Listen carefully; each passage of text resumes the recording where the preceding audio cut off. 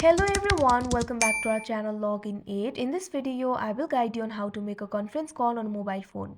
So if you also want to make a conference call on mobile phone, this video is just for you. Follow the simple steps and you'll be able to do it. So first of all, what you have to do is launch open phone application on your device. Once you open the phone application, what you have to do is call one of the person. You can call the person from the dial pad. For that, simply tap on the dial pad icon that you can see right over here. Or you can also call the person from contacts. Simply tap on the contacts option that you can see at the bottom right corner of your screen. For privacy reason, I'll be back after calling one person. Now I've called one of the person with whom I want to make the conference call. After you call that person, what you have to do is wait for them to pick up the call.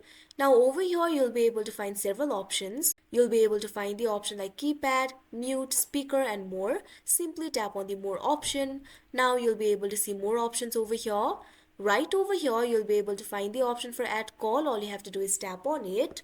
Now after that, what you have to do is call another person. I'll be back after calling another person. Now I've called another person with whom I want to make the conference call.